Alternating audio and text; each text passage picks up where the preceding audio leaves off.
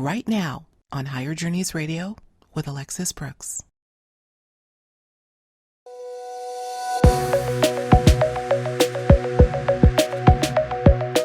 Each year, it seems that time, as we understand it, gets more murky. The lines between one year and the next become blurred, melting one into another. And yet, each year does have its own distinct characteristics, particularly when you look at each year by the numbers. Sharon Millstein, a gifted numerologist who joins us annually for her New Year forecast, is one who gleans universal knowledge through the lens of numbers. But she says that the fact that more people are starting to notice the patterns of numbers is certainly no accident. We are moving into an age, a metaphysical age, of numbers as a language. Sharon shares some great insights on this idea, as well as what we might look forward to in 2019, the coming 3-year. Take a listen.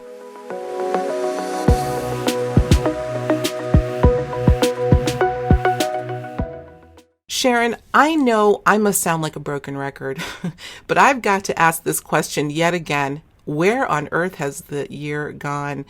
2018, it seems, has zoomed by in warped speed, leaving me to continue to ask yet another question. Is our perception of time speeding up, or is time itself fast becoming a memory? So let me first welcome you back, my dear, for our annual end of the year show. It's always a treat to do this with you, and jump right in with that question. We're going to talk about time. Is our time, our perception of time, or all the above, shifting, Ms. Millstein? Alexis, I just want to say I am so happy to be here in this very moment, in this nanosecond of time, in this perfect moment of time that fleets so fast. It's amazing that you start the program with this, because that's all I've been thinking about, especially because I just, right now and very recently, and having a very huge birthday, I call it. And, every time we get into a different chronological stage, we think we know everything, and then we get to another plateau, and then it gets deeper, and then we get to another plateau. And I'm at a plateau about time right now. I am in shock about how old I am, or will be, in a matter of days. And but it's very different than any of the other time that I've been thinking about, which is such a different dimension. It's fast, but it's slow.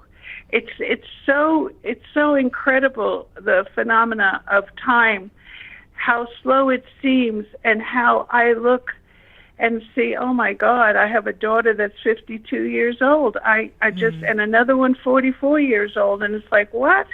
I remember holding in my arms like a holographic experience. Yeah. Time is going very fast. Okay.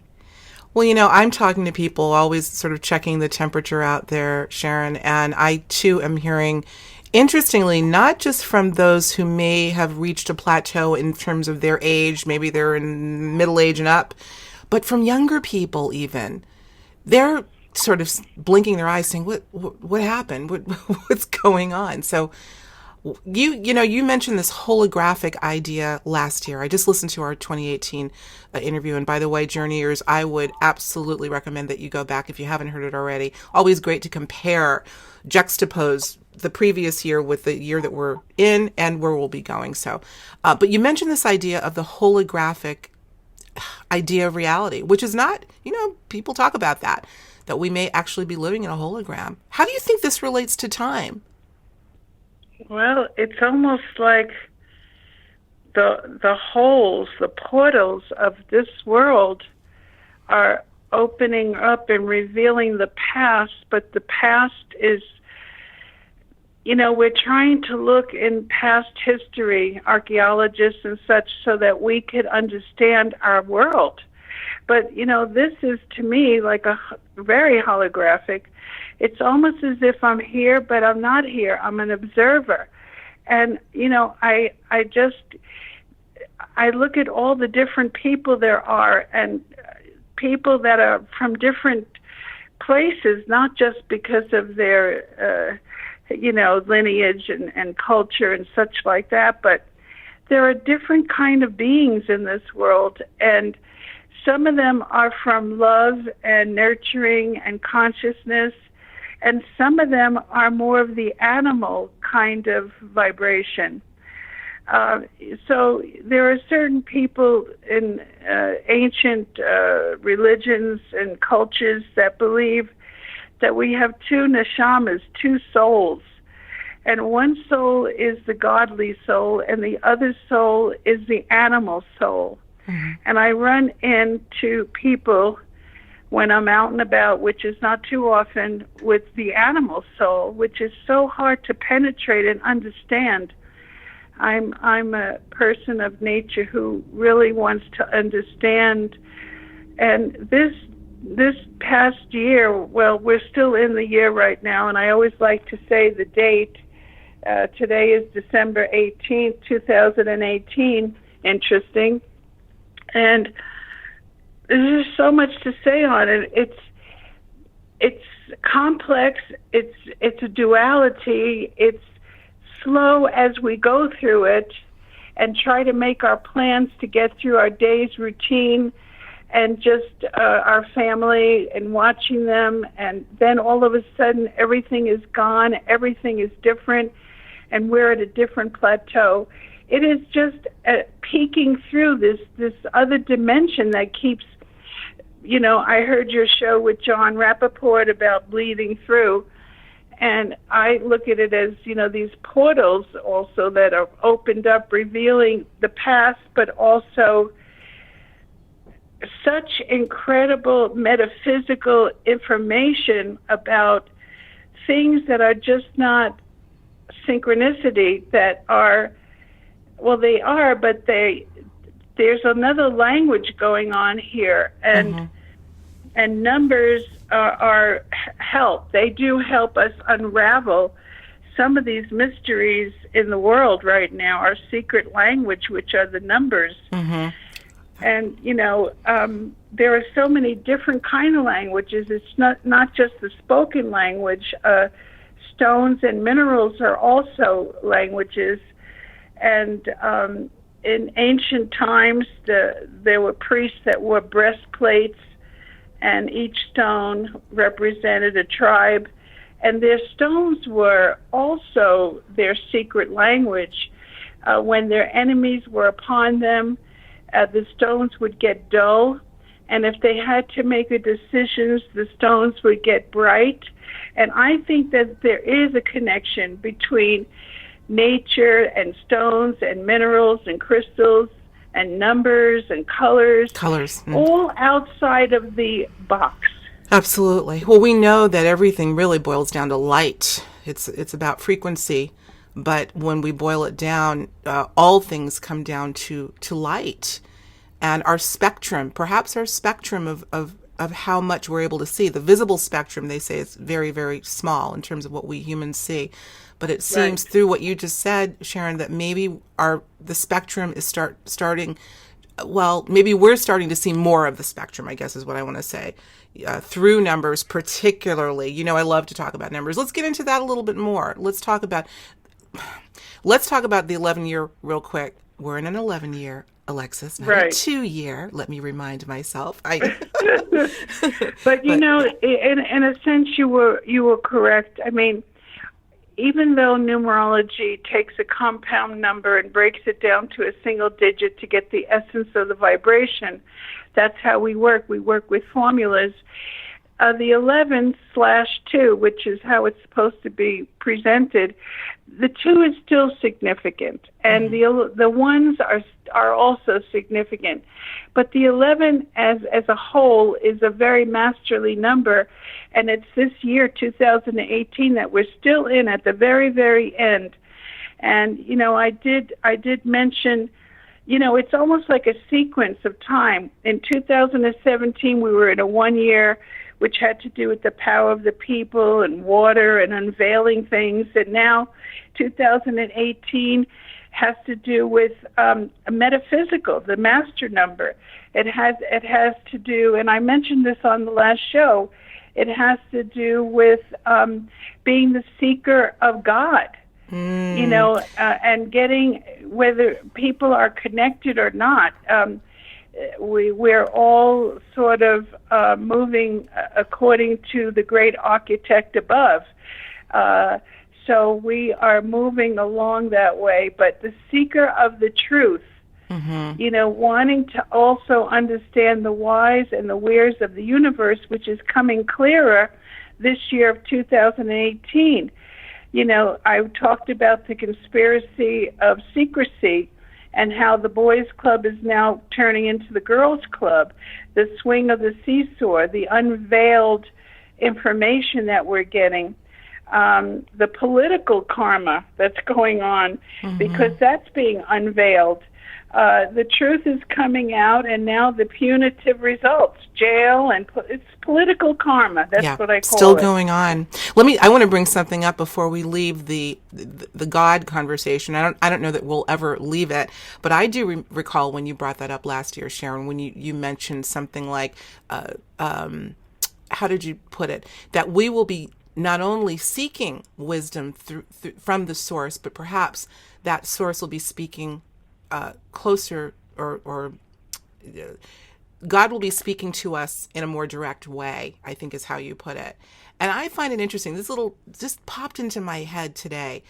After I heard you say that, I thought, isn't there a show called God Friended Me that just debuted this year? In the 11th year. Are you familiar with that show? No, not fiction? at all. It's it's obviously a takeoff on the whole idea of social media, and I've never seen the show, but of course, the title caught me, where this gentleman gets a text wanting to be friended by God. Very, very interesting. And I thought, even though this is obviously just a fictional series, the implication is that maybe we do have a direct line to God, and that source is reaching out ever closer to us. God Friended Me, a series that debuted this year.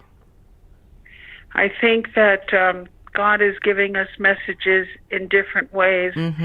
When we see the portals opening up with information, when we unveil and uncover secrecy and conspiracies, we dig, and that's what this year is, digging past the surface to understand the whys and the wheres of the universe. And we're getting messages. We're getting messages not just from the newspaper, the radio, and the TV, which it's all trying to be, in a sense, politically correct, and I don't know how much the truth is, but we here at your program want to be very truthful. And I have to tell you that I came across this information that talks about the portals and the language and the information that we have gotten in this year of 2018. And I have to tell you this, that on July 8th in Coneybury Hill, which is near the Stonehenge, area, in England, the circle, there was a crop circle, and the crop circle that just recently was exposed in July is exactly the same weapon warning sign or chemical warning symbol, which has 3 circles, and then in the middle is another circle, and it's sort of that warning of chemical weapons kind of thing. It's a symbol. Well, that exact depiction was revealed this July, and here's the amazing part about it. Here's the unbelievable backstory. It was found shortly after the death of this person, Dawn Sturgis, who came into contact with deadly nerve agent, and he died. He died of deadly nerve agent, he or she. So this came from Live Science, this information. Is this chemical warning symbol a language to humanity about the chemicals that are killing us and the earth? Could be. Very well. Don't you think that's an amazing story? There are so many synchronistic ironies, warnings This coming. one really got me. This one was more, it was so much more blatant. You didn't have to figure things out too much. The person dies and then all of a sudden the chemicals, it was just, I know there's a lot of things like that going on, but that's what's happening, this particular year of 2018. Everything has been unveiled, and, things, I talked about the earth, and even on, the White House lawn had sinkholes, and volcanoes and, unearthing artifacts.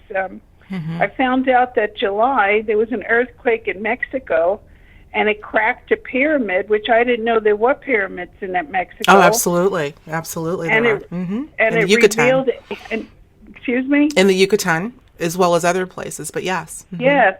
So that was pretty new, but when the pyramid cracked from this earthquake, it exposed and revealed an ancient temple.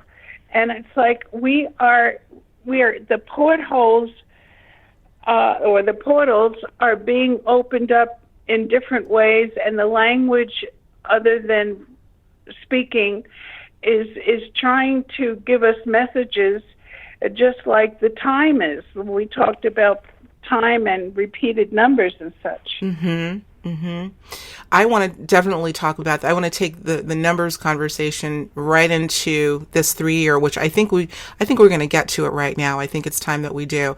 Let's do this. Let's dive in to this 3-year. And I want to tell you before we get started, Sharon, you know what first came to mind when I recognized this being the 3-year? The Trinity. I would love to hear your immediate thoughts on this. But before you do, I have to make a reference to, as I was researching the significance of the Trinity as a religious concept, many think immediately of the Trinity as a Christian concept, of course, the Father, the Son, and the Holy Spirit.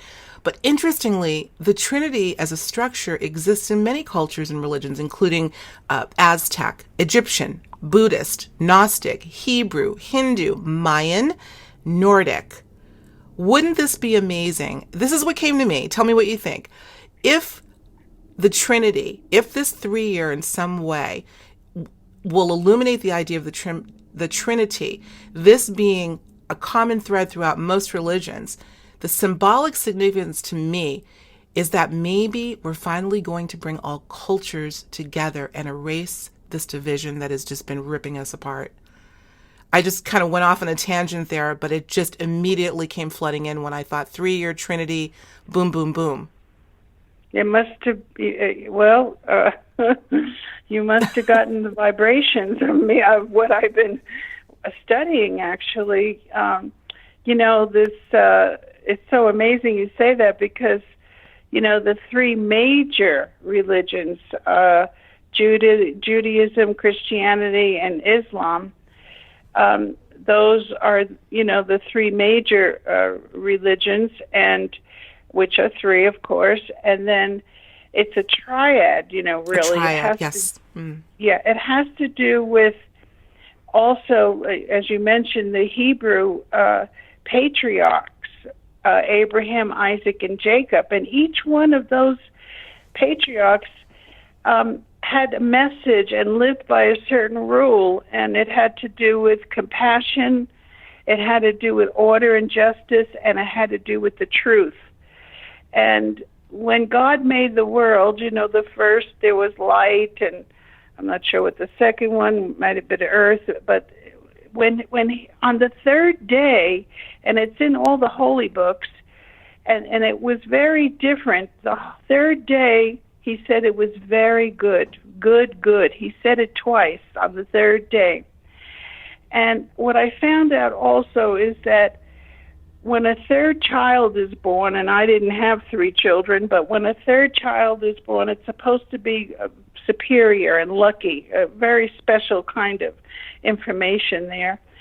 But you talking about religion, that I could not believe this whole thing about, yes, the message of these patriarchs and trying to understand that we're all the same and we all come from the same place. You know, number 1 is heaven, number 2 is earth, and number 3 is the unity. 3 is the unity for many, many things. Right. It's almost like, you know, in marriage, the husband, the wife, and God, the unity. It's unifying, and it's a unifying number, and it's the thought of the world. It's really has to do with the world and how things are shown to us. So I truly understand and adhere to what you're saying. This 3 year is a very, very creative year that's coming to us. And of course, it all has to, and it depends. Now, 2019 we see as a 3 year because we add all those numbers up, the 2019, so which comes to a 12, which comes to a 3 if we break down the 12. And the 3 is the joining of things. It is the absolute joining, but we still look at the 1 and 2. The 1 meaning the individual and the individuality, and the 2 meaning that it's a dual number, and without other people we would not be able to share information and navigate through the world, see, which comes to the 3. So the 3 is a very pleasant number, and it really has to do with nature, and it has to do with you know, that expression, stop and smell the roses. Well, with people that have a number 3 in their life, and we can get into how people can find that out fundamentally, but it has to do with nobody has to tell them to stop and smell the roses, because they see beauty in all things, all things. That has to do with a consciousness, and it has to do with a stability of mind to be able to see this. So the 3 being very creative, being a number of creativity, self-expression. It has to do with the dreamers, being a dreamer and manifesting the dream. It has to do with communication and sociability. You know, it's a very important number. It's a holy number, as far as I'm concerned. My mother used to say, Sharon, her favorite number was, well, I think she said her favorite number was 33, double 3, but 3s. She loved that number. And you know, always as I'm talking to you, I'll have these epiphanies as I'm staring at the number 3 right now. Yes. When I see the number 3, what I see is half of 8. I just was thinking the same thing. Were you really? Yes. Oh my goodness. Yes. Oh my goodness. Yes. Yes. It's because an you look at open the shape. 8. Yeah. Yeah. It's an open 8. Yes. Elaborate on that if you would. What significance might we derive from an open 8 as a 3? You think? Well, I just think that there's room in there to not be locked into a certain standard. You know, it has to do with outside the box, really. It has to do with an opening of energy, because 8 is the number of energy, but this is a creative kind of energy that we're going into, where people and countries and states and counties and such will all be able to work together with more harmony, coming to different conclusions and maybe breaking away from this standard, this matrix, as you say. So there's an opening, and yet it's a very rounded kind of symbol. And you know, we think of the 2 that is part of this formula to make us or have us into a 3 year. And it has to do with, it's almost like a 2 on the top part, really. That has to do with a dual number working together.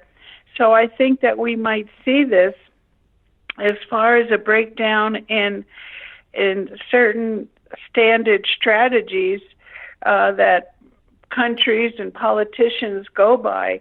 You know, I mean, who's broken this? Who's broken the mold? Of course, the man in the White House. I call him like Whoopi Goldberg says, the man in the White House. But the guy in the White House. So the thing is, you know, look, no matter good, bad, or indifferent, everybody's put here for a purpose. And even the guy in the White House, you know, breaking rules, changing things, and, you know, untruths and whatever. But the thing is that it's very interesting to look at the three and to understand that it's opened. It's wide open for change, and that's the most important thing that I could say. Mm-hmm. That it's wide open for change, and that's why we're seeing things now. Like you said, the younger people are even noticing how time is moving so quickly. And I remember when I was younger, you know, you just didn't think about that at all. No.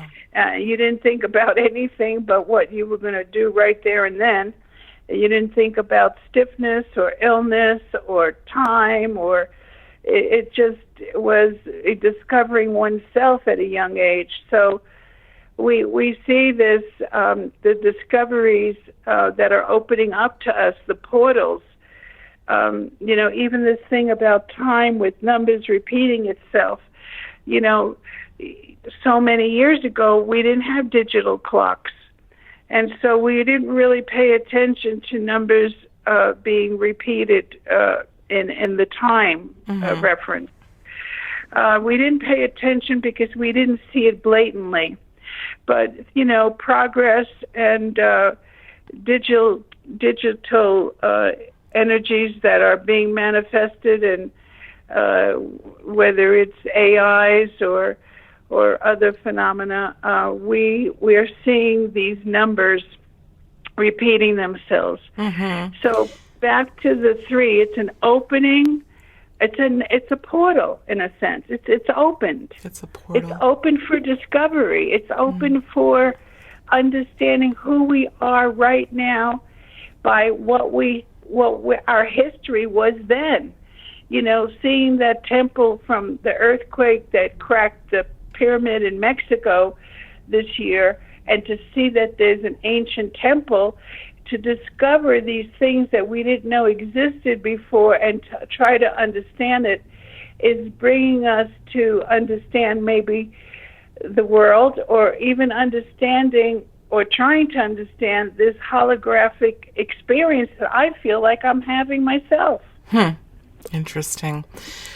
Let's go to the AI thing for a bit, Sharon, because you did make reference to this last year in some interesting ways. But I really want to. We know that we are swiftly moving into an age where AI is playing more of a prominent role than ever, and I can see it now.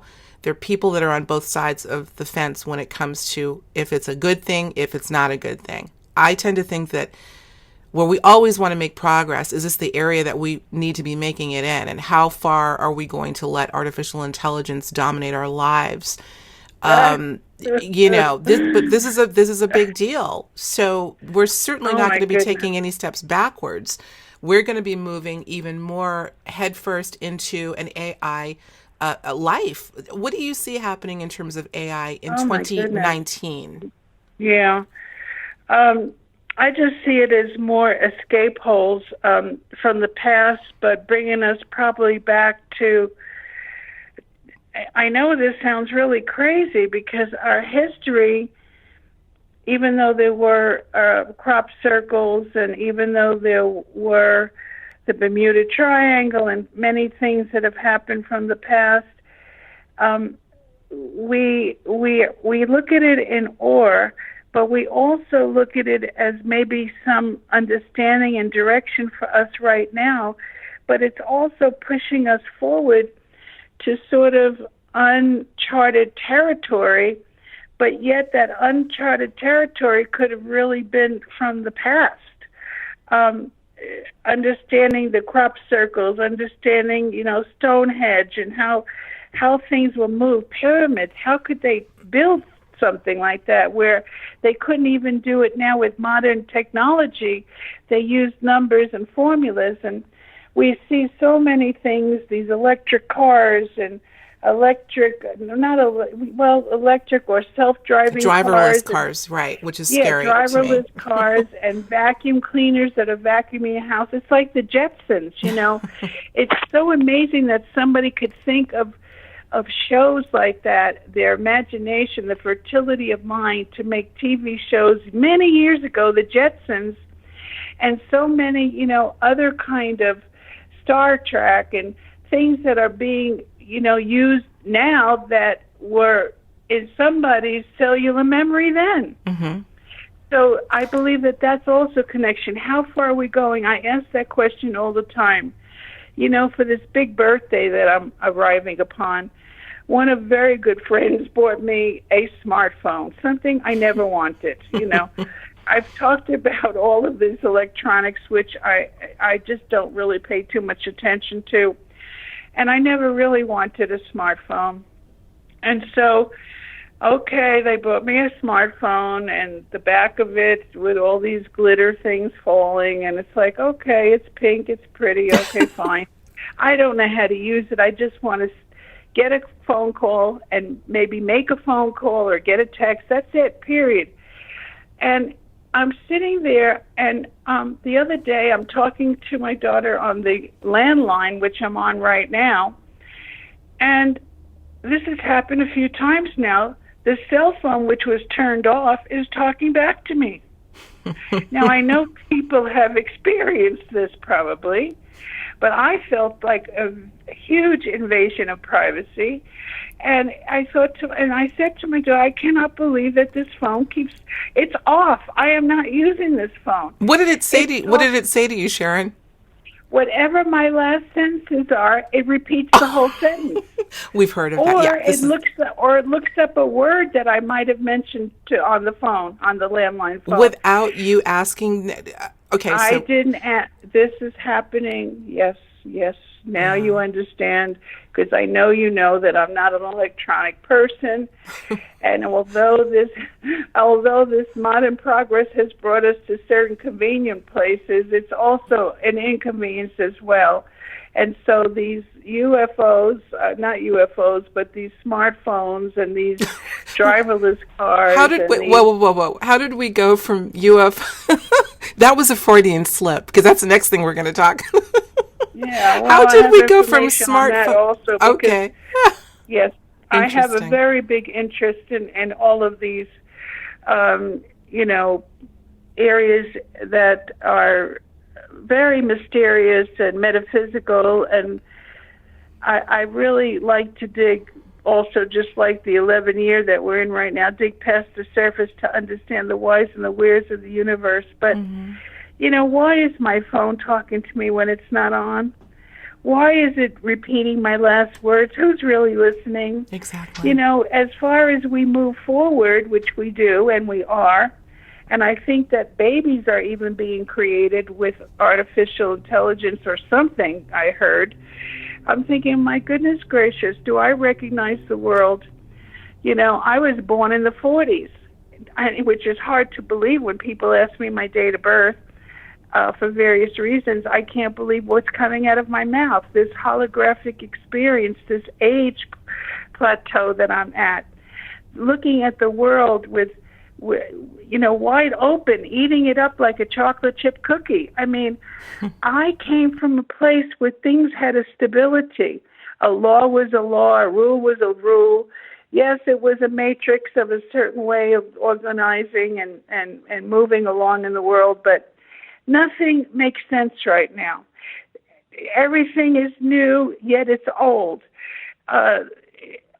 I can't tell you how interested I am, but also I am wondering about what we're going to uncover and what kind of challenges that might arise from this. Everything I'm hearing you talk about today, Sharon, to me, one word keeps coming up, and that is, well, two words, paradox and dichotomy. Particularly Yes. dichotomy. We are seeing progress, and yet I hear regress. Yes, I, yes, I'm seeing evolution and devolution, yes, love and extreme hate, all of these yes, things that are coexisting. Uh, yes. and I have a feeling that we're going to see, that's going to become even more pronounced perhaps in this 3 year. And when you talk about the 3 year being a year of creativity and opportunity, tell me what you think is it may be presenting the opportunity to make the choice to participate in that. But then there's so many things that are keeping people from even observing that this is going on to be able to participate. Again, paradox, dichotomy, choice.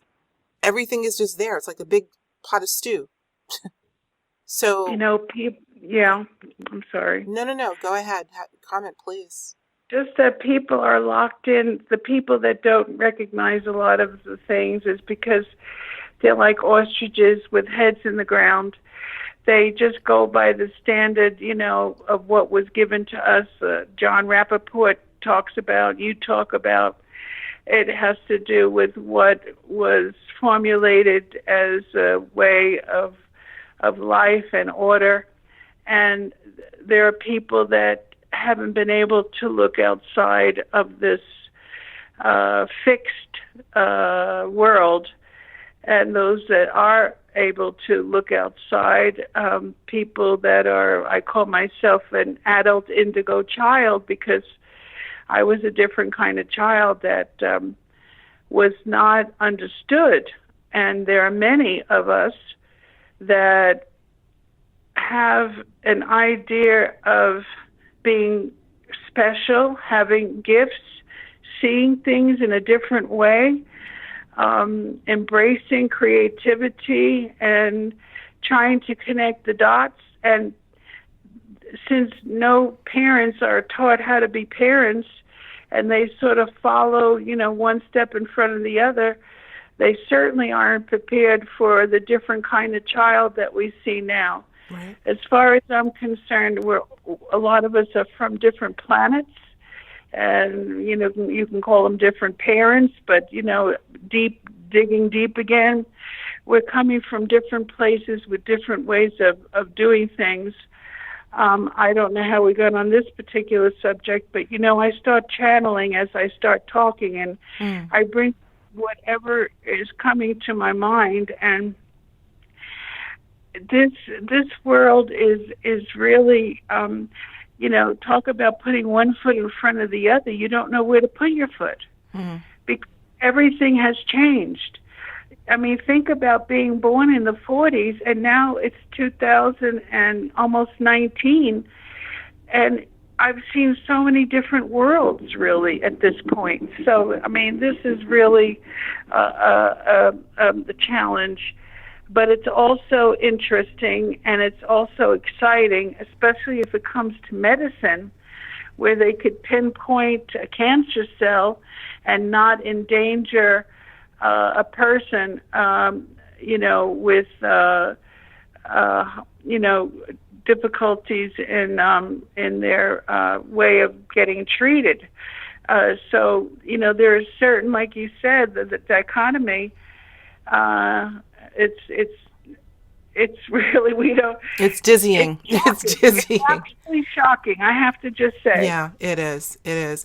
So there are so many things, and it can be, I think dizzying is the right word because you're not quite sure. Again, what did you just say? Coming back, well, let me just say this. Coming back to this idea of time not necessarily representing what it used to. We think of things as moving in one direction from left to right here in the West particularly. We read that way, we look that way, and yet time seems to be, as you're talking about all of these things, you're not sure where to put your foot because maybe we're not expected to walk one foot in front of the other anymore. We've got to be simultaneously in different places, just like time is simultaneous. There's something that's it seems it's presenting itself to us, Sharon, to beg us to live in a different way, unlike something humans maybe have never seen before. It's very holographic. It truly is, Yes. because we're back and we're forward. We're back and we're back in history. We're forward. We're back in history. We're forward. Is there a rule? Is there a law? Is there a regulation? Is there anything? Is there any kind of stability, whether it's what we agreed with or not, the system and the matrix? The thing is that where do we step? Do we step from side to side now? When we see numbers repeating on clocks, I mean, what do you think of that? I mean, it could have happened a long time ago, but we didn't have the digital age at that time. Well, people are seeing, yes. I will say people are seeing, not to interrupt you, but people are talking about seeing the repeating numbers all over, license plates, billboards, receipts. So it seems to be coming up. Oh, yeah. Yeah. I think this is just an incredible phenomenon. Let's do this, because I always have to look at the clock. the convenient digital clock in front of me helps me make sure we don't go over. Yeah, it's shocking that we went through 45 minutes already or something. I just looked at the clock to say, you and I are always on the same page. I mean, it's unreal. But I think this would be a good time. You serendipitously brought in UFO when you were talking about smartphone talking to you. So let's segue to that, because this is something that my audience is very interested in. As you all know out there, we cover the field of ET ufology, broadly speaking. And I know that, Sharon, in recent years, you've become very interested in this subject. And those of us that are really, really entrenched in this field, obviously, we're talking about this whole idea of what is called disclosure. Disclosure coming from a source that will let it be known to the world that unequivocally we are living with others, that they have been walking amongst us perhaps, that they certainly exist, and that we may have a very, very integral role with them. So there is this idea that there will be a revelation. Do you think 2019 may show us something significant in that regard? This is a big one for a lot of us.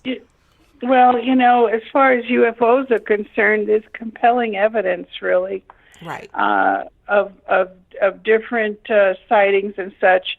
But I understand that. In fact, CNN reported in 2004, actually, this man Louis Elizondo, who was have you heard of him? Of course. He was the former Pentagon military intelligence officer. Right. Yeah. And he also was captivated by these aircrafts that were, as he puts it, not currently in their inventory, right?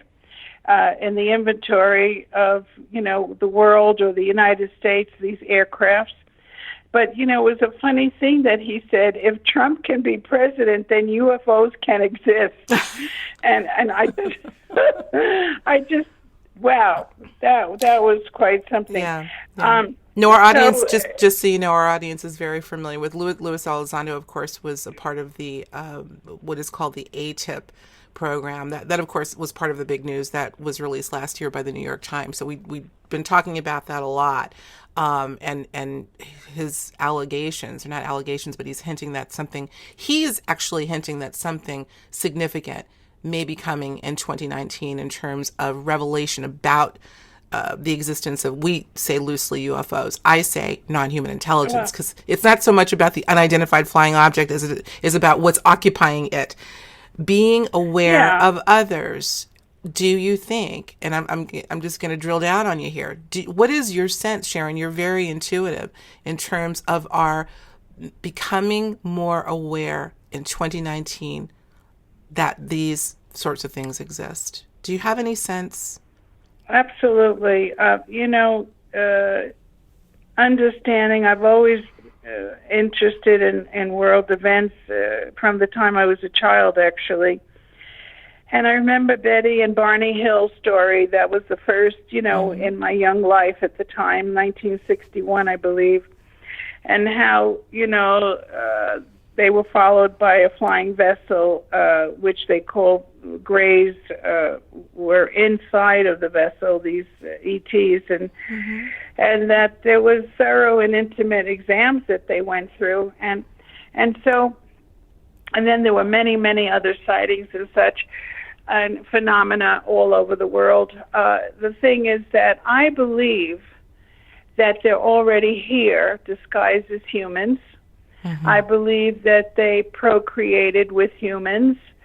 I believe that there's a whole other science evolution happening outside of what we understand and what we're trying to understand.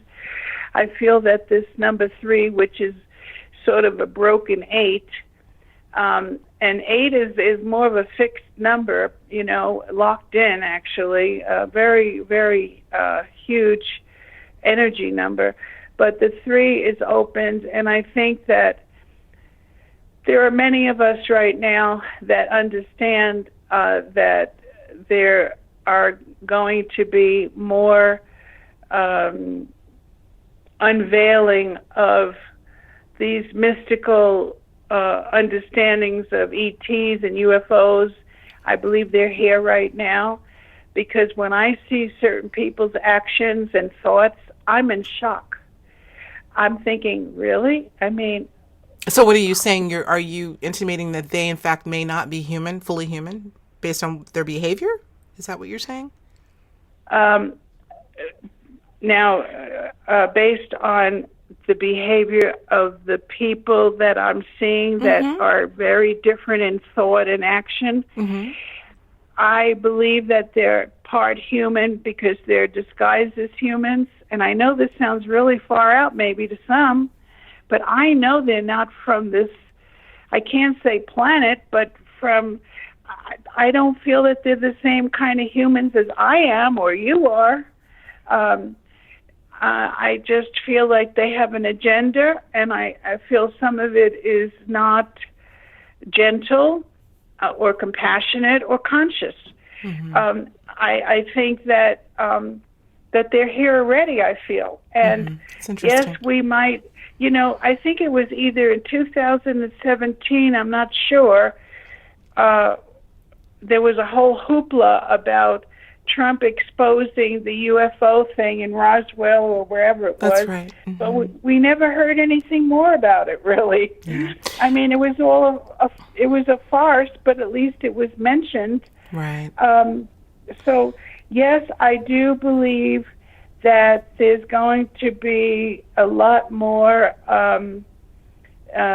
information and sightings, but it's going to be more blatant than it was before, because there's been a veil over that also. There are so many veils, but there are openings, these portals in the veils, where we're actually, those of us who really want to dig past the surface to understand the whys and wheres of the universe are going to do it.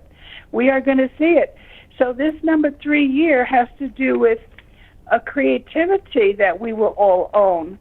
And if a person is either a number 3 or in a 3 personal year, they will be able to be in harmony with this.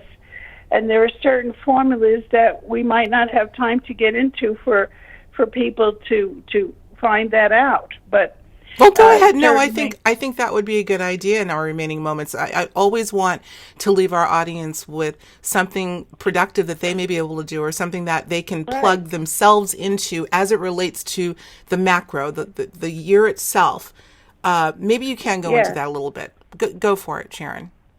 Okay, so, and this is only a certain part of it, because I've been studying for 50 years now. I can't believe I have to say that.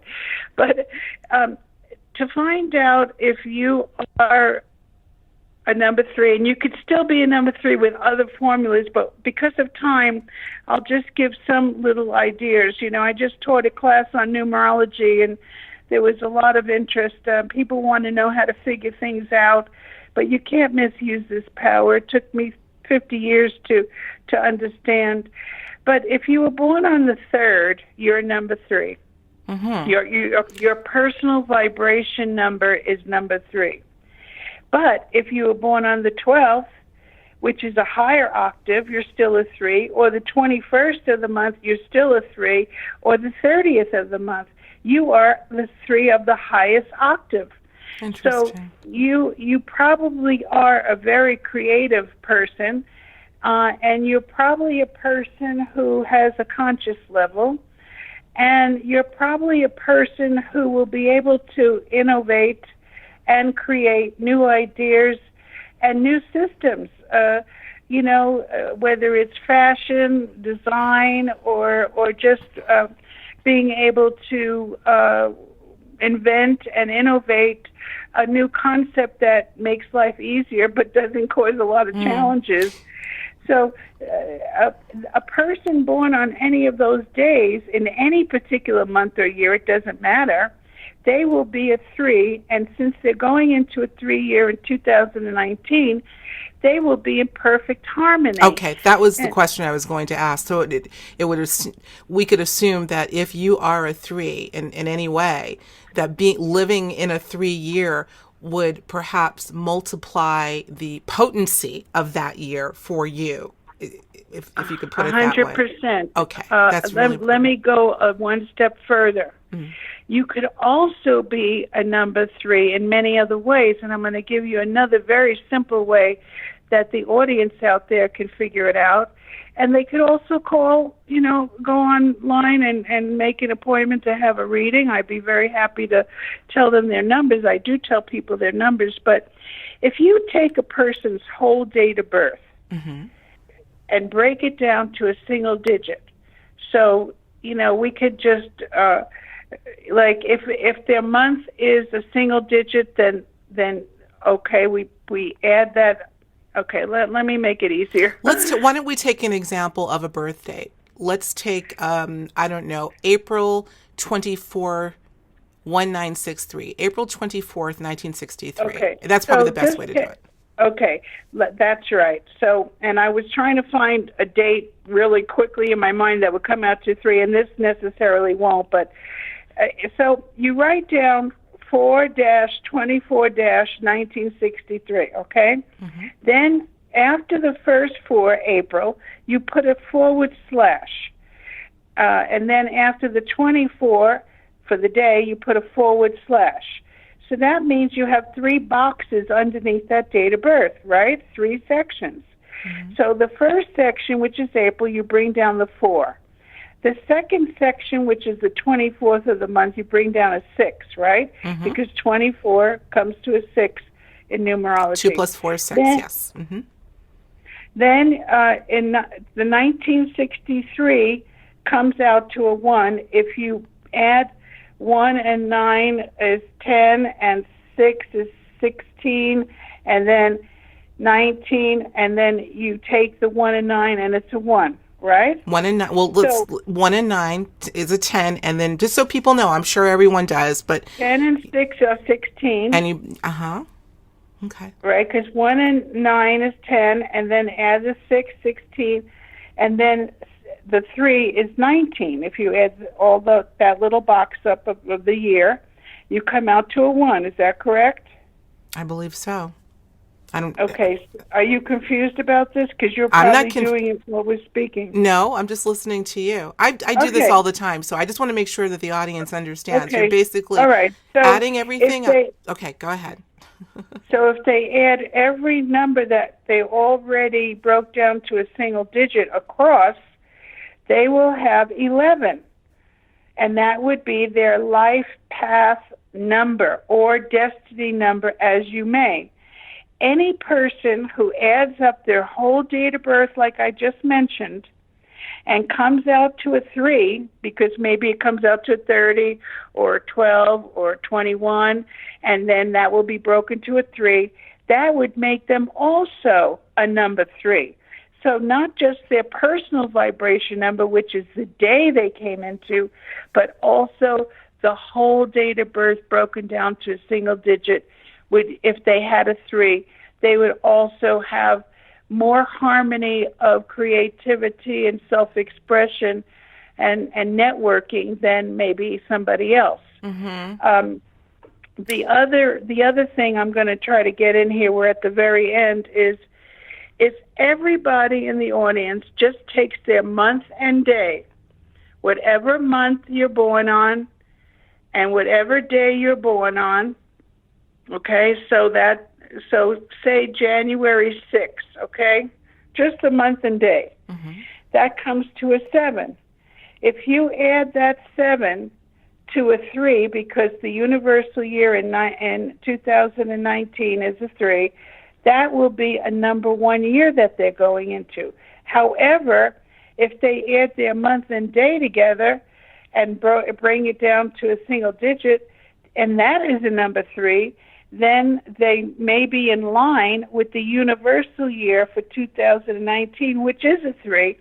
So there's many ways of seeing if you have a 3, and there's even more ways that we don't have time right now to go through. Well, that's why people need to reach out to you, so you can give them all the different ways, Sharon Millstein. That's what people need to do, because it can be complex, but very enlightening for sure. You better believe I'm going to grab my pen and pad and figure out all my numbers as well. I know that I'm a 7. I think my life number is a 7, but I'll play with that offline. You know, what a numerologist does is it's like a puzzle that I put together. It's like a life chart. It's like a map, but a map of the person's life. So I can help people with their direction and their focus, and help them unblock some of the blockages that they have from their prior history. You've been doing this for a long time, and you're good at it, because I believe you love it, and I believe you believe in it, and I think it's powerful, and I think that what you're talking about will not soon go out of style, because I think as we move forward in time, regardless of how time truly exists, the numbers are going to be even more prominent for us. I know for sure that more people are starting to pay attention to numbers as more than just digits. So something really amazing is going on. Sharon, let people know where they can find you, because I have a feeling you may get some phone calls or some emails that people are going to want to talk to you. Yeah, that would be great. My email is info at Sharon Millstein with 2 L's.com. Info at SharonMillstein.com. When are you getting your website together, my friend? So people I know. Well, it's antiquated just like me. And, I guess I'm not moving along the lines of other people with all these electronic, digital, whatever. I like to say cozy in my world. They can always get my email. At least I have that. Okay. I do have a website, but it's old, but they can look at it. It's www.sharonmillstein.com. Okay. We'll have a link. At least, they can still see some of the things that I do and what I have to say. But we're really all here to help each other, and I'm here to help people with doing some readings that are life-changing, actually. Sure are. Well, you've hit the nail on the head for me. We obviously have spent many hours talking about stuff happening in my world, and I'm going to tell you, you hit the nail on the head for this year for sure. So, but we'll leave that that's another conversation. So, okay, Sharon, listen, don't hang up. Obviously, we're going to have a quick chat before we actually say our proper goodbye. But I do want to say once again, this is, I believe, our 6th show. 6 years we've been doing this. Hard to believe. Where has the time gone? I guess I'm going to start every show with you by saying, what on earth has happened to the time? Where has the time gone? Yep. Well, the time is going into 2019 swiftly. And for that, we're looking forward. We thank you so much, Sharon Millstein, for all you've done for us, for our audience, for the world. And we wish you a happy new year, a happy 3-year. Happy New Year, happy 3-year for everybody. And I'm happen to be a number 3, so I will feel it. Yes. I love it. And happy birthday. Thank you. That's great. Many blessings to you, my dear, and many blessings to all of you out there in the Higher Journeys audience. We appreciate you. Take care now.